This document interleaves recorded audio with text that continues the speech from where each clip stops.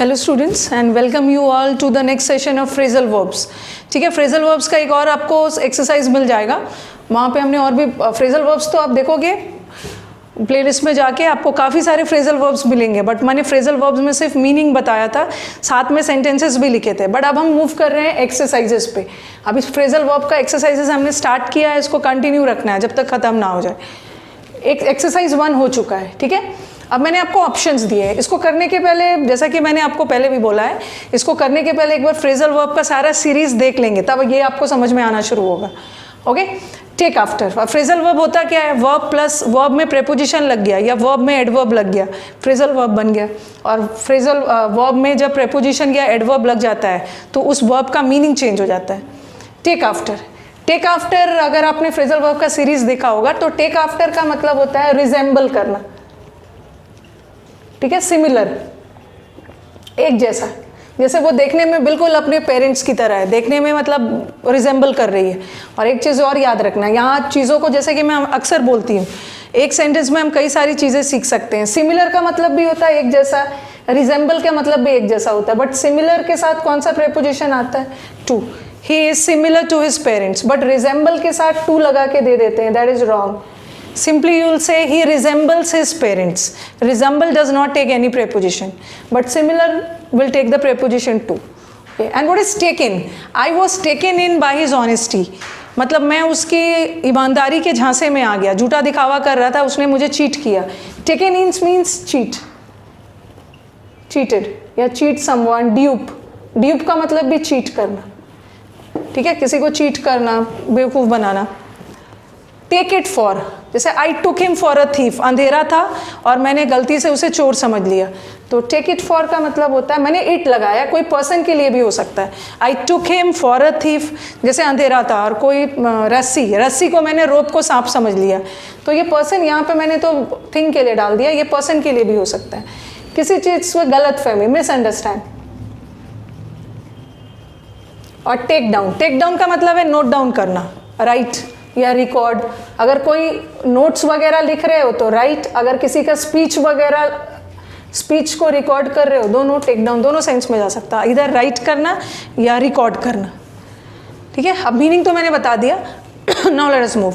She dash her parents, and there are many students जो exam में take after आता है तो they confuse with look after. Don't get confuse, this is take after and this is look after. Look after का मतलब होता है care करना, ओके, लुक आफ्टर इज देखभाल करना, केयर करना, बट ये लुक आफ्टर नहीं है, this is take after which means resemble. अब चलो हम सारे ब्लैंक्स में वर्ड्स को फिट करते हैं। शी डैश हर पेरेंट्स, तो यहाँ तो चीट का सेंस में नहीं आएगा ना, शी देखने में अपने पेरेंट्स की तरह है। She takes after. और आप फ्रेजल वर्ब में जो वर्ब है उसका सेंटेंस के अकॉर्डिंग टेंस बदल सकते हो। टेक का टुक भी कर सकते हो, पास्ट टेंस में, ठीक है, और टेकन भी कर सकते हो थर्ड फॉर्म, वो तो सेंटेंस का कॉन्टेक्स्ट देखना है। She takes after her parents मतलब वो देखने में बिल्कुल अपने पेरेंट्स की तरह है, she is similar to her parents. Second, I dash the notes yesterday, जितने भी नोट्स हैं मैं उसको क्या कर रही थी, रिजेंबल नहीं, चीट नहीं, मिसअंडरस्टैंड नहीं, क्या होगा, टुक डाउन, ही टुक डाउन। टुक डाउन करना मतलब लिखना। I dash a thief, okay, मैंने उसे गलती से क्या समझ लिया, चोर समझ लिया, तो यहाँ पास्ट में लगा सकते हो। I took him for a thief means I misunderstood, मैंने उसे चोर समझ लिया। I was dash by his honesty, I was, यहाँ तो वॉज है, वॉज के बाद पैसिव में, मैं उसके ऑनेस्टी से ठगा गया, उसने अपने ऑनेस्टी से मुझे अपने झांसे में ले लिया, means he cheated me by his honesty, ठीक है। I thought him to be an honest person, मैंने उसे ईमानदार समझा, बट उसने तो मुझे चीट किया, तो यहाँ आई वॉज लगा तो यहाँ टेकन लगा दो। I was taken in, taken करना मतलब किसी के झांसे में आना, ओके, चीटेड होना। ब्रेक इनटू, ब्रेक वाला भी बहुत सारा इंपॉर्टेंट है, अभी तो मैं चार दे रही हूँ, अब आने वाले सीरीज में हम ब्रेक के और भी बहुत सारे करेंगे।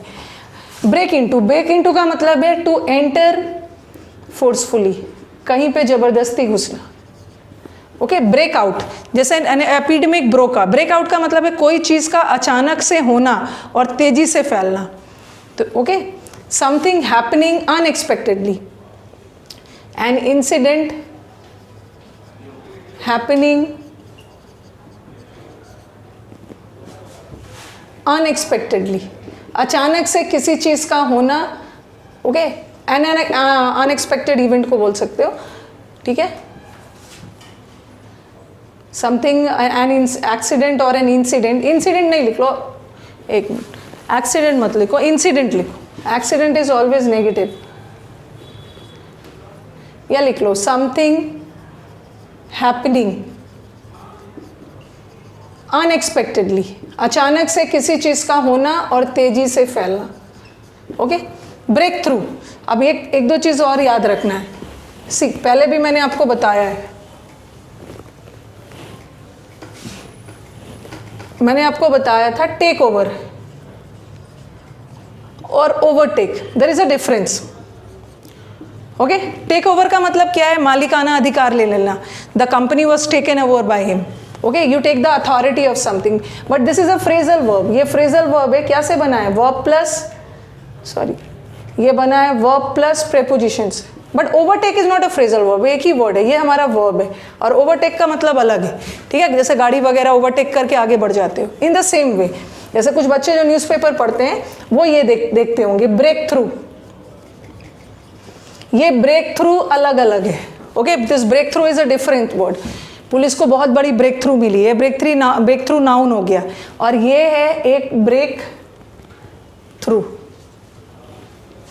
ये अलग अलग है, कंफ्यूज नहीं होना है। फ्रेजल वर्ब होने के लिए वर्ब को अलग होना है और प्रेपोजिशन या एडवर्ब को अलग होना है, अलग अलग होता है।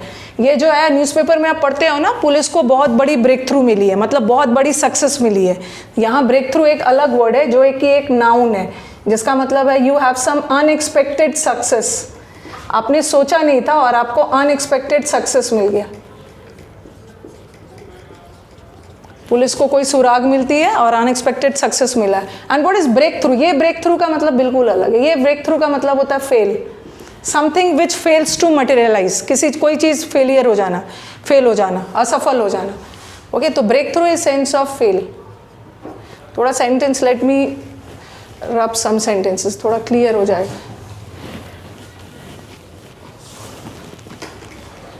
Okay. Break through goes in sense of fail. Break into का मतलब है जबरदस्ती कहीं पे घुसना। ब्रेक आउट, समथिंग अचानक से होना और तेजी से फैलना। ब्रेक थ्रू मीन्स फेल हो जाना, failure. And what is break with?